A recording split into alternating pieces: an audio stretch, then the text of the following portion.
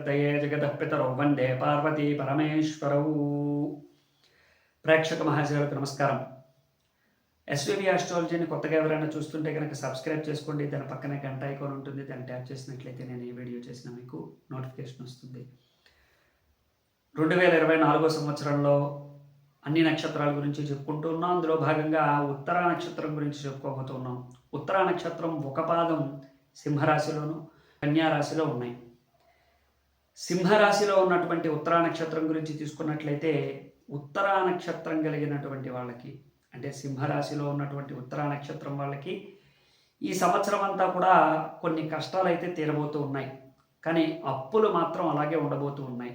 ఏదైనా రుణం చేసి ఉంటే కనుక లోన్స్ కావచ్చు, చేయబదులు కావచ్చు, చిట్టీలు కావచ్చు, రుణాలు కనుక చేసి ఉంటే వాటి ద్వారా మీరు లాభాన్ని బదులు ఒత్తిడికి ఎక్కువగా లోనవుతారు.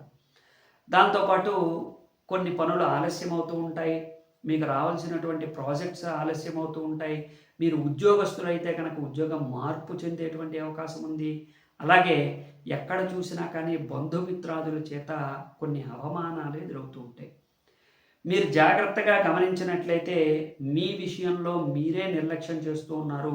కొన్ని స్వయంకృత అపరాధాలు చేస్తూ ఉంటారు. వాటిని కూడా చూసుకుంటూ ఉండాలి. దృష్టి దోషాలు ఎక్కువగా ఉన్నాయి.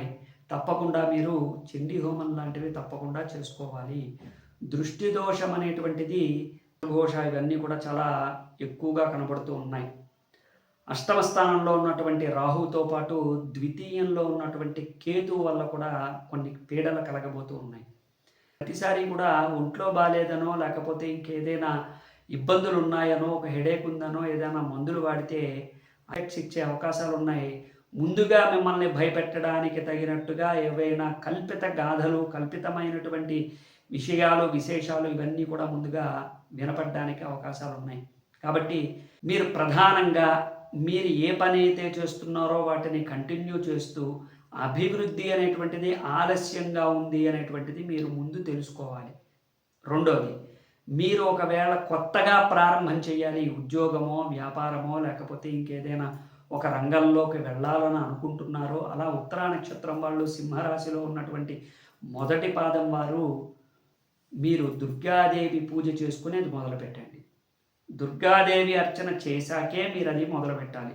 దుర్గాదేవికి ఎండు ఖర్జూరాలు, ఎండు కొబ్బరి పొడి, ఎండినటువంటి పదార్థాలు కొన్ని శుష్కమైనటువంటివి, అంటే బాదం పప్పు లేకపోతే డ్రై ఫ్రూట్స్ అంటాం మనం ఇంగ్లీష్లో, ఎండినటువంటి పదార్థాలని, ఎండినటువంటి ద్రాక్ష ఇలాంటివన్నీ కూడా కలిపి ఆ యొక్క అమ్మవారికి నివేదన చేస్తూ ఎర్రటి వస్త్రం సమర్పించి మీకు వీలైతే దుర్గా హోమం చేయించుకోవాలి. దుర్గా హోమము అంటే మినువులతోనూ, విప్ప పువ్వుతోనూ, మందార పువ్వులతోనూ, అమ్మవారికి ఇష్టమైనటువంటి వాటితో, ఎర్రటి పదార్థాలతో, దానిమ్మ గింజలు, దానిమ్మ పువ్వులు, ఈ విధంగా ఎర్రటి పదార్థాలతో అమ్మవారికి దుర్గా హోమం చేస్తారు. అష్టద్రవ్యాలు ఉంటాయి. ఆ అష్టద్రవ్యాలతో దుర్గా హోమం చేయించుకుంటే మీకు కాస్త ఉపశమనంగా ఉంటుంది, శత్రుఘోష తగ్గుతుంది, అప్పుల బాధలు తప్పుతాయి. మీరు ఎటు వెళ్ళినా కానీ మీ గౌరవం మీకు ఉంటుంది. లేని పక్షంలో మీ మీద అభాండాలు, అద్భుతాలు జరిగేటువంటి విషయాల్లో కొన్ని ఇబ్బందులు, వీటన్నిటినీ కలగలుపుకుని మీరు అనుకోనేటువంటి ఖర్చులు కూడా ఎక్కువగా కనబడుతూ ఉంటాయి. అనుకోని సంఘటనలు, అనుకోని ఖర్చులు, వీటన్నిటితో పాటు అనేటువంటి దశలో ఇలాంటివన్నీ జరగడంతో పాటు మీరు విదేశాలకు వెళ్ళినా, ఏదైనా శుభకార్యాలు అనుకున్నా అన్నిటికీ ఆటంకాలు కలగజేస్తూ ఉంటారు. సాధారణంగా ఎవరి జోలికి వెళ్ళరు. కానీ ఎవరి జోలికో వెళ్ళినట్టు, వాళ్ళని అవమానించినట్టు, వాళ్ళ విషయంలో మీరు తక్కువ చేసి చూస్తున్నట్టు మీ మీద అభాండాలు పడుతూ ఉంటే జాగ్రత్తగా ఉండాలి.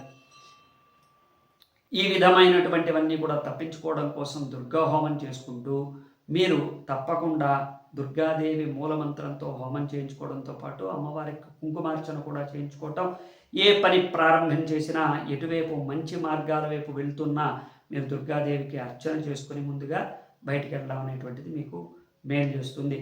దుర్గాదేవి పూజకి వెళ్ళేటప్పుడు తప్పకుండా పూలో పళ్ళో ఏవో ఒకటి తీసుకెళ్ళాలి.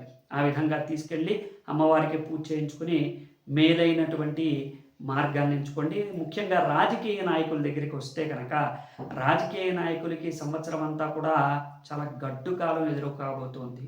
అలాగే రాజకీయ నాయకులకి విశేషమైనటువంటి అవమానాలు ఎదురుకాబోతూ ఉన్నాయి, విశేషమైనటువంటి ఓటమి ఎదురుకాబోతోంది. కాబట్టి అవి జాగ్రత్తగా చూసుకుంటూ ఉండాలి. ఉత్తరా నక్షత్రం కన్యా రాశికి వచ్చినట్లయితే కన్యా రాశి వారికి కొన్ని కష్టాలు తప్పబోతూ ఉన్నాయి. ప్రధానంగా అష్టమ స్థానంలో ఉన్నటువంటి గురుడు ఏప్రిల్ తర్వాత నవమ స్థానంలోకి రాబోతూ ఉన్నాడు. శుభకార్యాలు జరగబోతూ ఉన్నాయి. వివాహాది శుభకార్యాలతో పాటు ఆర్థిక బాధలు తప్పబోతూ ఉన్నాయి. అనారోగ్య సమస్యలు తప్పబోతూ ఉన్నాయి. కన్యా రాశి వారికి ఈ సంవత్సరం ఉత్తరా నక్షత్రం వారు కాస్త ఊపిరి పీల్చుకునే విధంగా ఉంటుంది. దాంతోపాటు బంధుమిత్రాదుల వలన కలిగేటువంటి ఇబ్బందులు, ముఖ్యంగా ఆడవాళ్ళకే కలిగేటువంటి ఇబ్బందులు కూడా తొలగబోతూ ఉన్నాయి. మీ మనోధైర్యాన్ని ఎదుటి వాళ్ళు పరీక్ష చేసినప్పటికీ కూడా ఇప్పుడు వాళ్ళంతా కూడా అంటే విమర్శకులంతా కూడా మిమ్మల్ని మెచ్చుకునేటువంటి అవకాశం ఉంది. వీటన్నిటితో పాటు సజావుగా సాగిపోతూ ఉంటాయి. అత్తాకోడల మధ్యలో వైరాలు ఏమన్నా ఉన్నా తొలగిపోతాయి. వీటన్నిటితో పాటు మీ ప్రశ్నలన్నిటికీ కూడా కొన్ని వాటికి సమాధానాలు దొరుకుతాయి. అయితే ఎట్టి పరిస్థితుల్లోనూ కూడా విచ్చలవిడిగా అప్పులు మాత్రం చెయ్యొద్దు ఈ సంవత్సరం. అది మాత్రం గుర్తుపెట్టుకోండి. మీకు మంచి ఉద్యోగాలు వస్తాయి, మీకు మంచి వ్యాపారం లభిస్తుంది, వ్యాపారంలో మంచి అభివృద్ధి కూడా కనబడుతుంది. ఏప్రిల్ తర్వాత మీకు అదృష్టం కలిసి రాబోతోంది, లక్ష్మీ అనుగ్రహం కలగబోతోంది. ఉత్తరా నక్షత్రం లక్ష్మీదేవిది కనుక లక్ష్మీ ఆరాధన బాగా చేయండి, గురుచరిత్ర పారాయణ చేయండి. అలాగే అనఘాష్టమి వ్రతం మీకు తెలిస్తే కనుక అనఘాష్టమి వ్రతం చేయండి. లేదంటే దత్తాత్రేయ స్వామి వారిని అనఘా సమేతంగా ప్రతిరోజు కూడా అష్టోత్తరం చదవటం మీకు మేలు చేస్తుంది. కళాకారులకి, క్రీడాకారులకి, విద్యార్థులకి, పోటీ పరీక్షలు రాసే ప్రభుత్వ రంగ ఉద్యోగులకి వీళ్ళందరికీ కూడా చాలా మంచి యోగం కలగబోతోంది. వీటన్నిటితో పాటు తీర్థయాత్రలు సేవిస్తారు, మంచి మంచి ప్రదేశాలకి వెళ్తారు, పెట్టుబడి పెడతారు, రాబడి ఉంటుంది, ఖర్చులు కూడా తత్సమానంగా ఉంటాయి. కాకపోతే మళ్ళీ మీరు ఆదాయాన్ని తిరిగి తెచ్చుకోవడం వల్ల కొద్దిగా ఖర్చు అనేటువంటిది వచ్చినా కానీ దాన్ని మీరు కొద్దిగా ఉపశమనంగా చూస్తారు. అయినప్పటికీ కొత్త వస్తువులు కొనేటప్పుడు చాలా జాగ్రత్తగా తిథివార నక్షత్రాలు చూసుకొని కొనండి. అదృష్టం కలిసి వస్తుంది కదా అని దురదృష్టాన్ని మళ్ళీ దాంతోపాటు కొని తెచ్చుకునేటువంటి ప్రయత్నం చేయకండి. మంచితో పాటు ప్రాపర్టీస్ కలిసి రావడం ఇవన్నీ కూడా సాధారణంగా జరుగుతుంటాయి. 6వ స్థానంలో రాహువు, 7వ స్థానం నుంచి 8వ స్థానం నుంచి 9వ స్థానానికి జరుగుతున్నటువంటి గురుడు, 7వ స్థానంలో ఉన్నటువంటి రాహువు, 6వ స్థానంలో ఉన్నటువంటి శని, వీటన్నిటితో పాటు మిగిలిన గ్రహాల యొక్క బలం చేత మీకు మేలు జరగబోతోంది.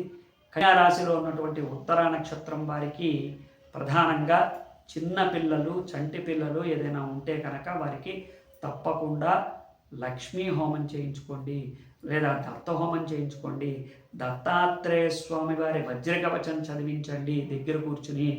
లేదంటే కనుక దత్తాత్రేయ స్వామి వారి ప్రీతిగా మీరు ప్రతి గురువారము కూడా శనగలు ఉడకబెట్టి వీటిని ప్రసాదంగా తయారు చేసి మీరు సాయిబాబా గుళ్ళో కానీ దత్తాత్రేయ స్వామి వారి గుళ్ళో కానీ పంచిపెడితే మీకు కొంత మేలు జరుగుతుంది. అనేక రకములైనటువంటి మరిన్ని ప్రశ్నలకి సమాధానంగా మాకు కామెంట్ రూపంలో తెలియజేస్తే మేము తెలియజేస్తాం. తప్పకుండా అన్ని రంగాల వాళ్ళకి కూడా ఉత్తరా నక్షత్రం కన్యారాశి వాళ్ళకి బాగుంటుంది. వృత్తి వ్యాపారులకి కూడా మంచి మార్గం లభించబోతుంది, అదృష్టం కలిసి వస్తుంది. తప్పకుండా మీరు మంచి మార్గంలో వెళ్ళగలుగుతారు. శుభం భూయాలు. జై శ్రీరామ్.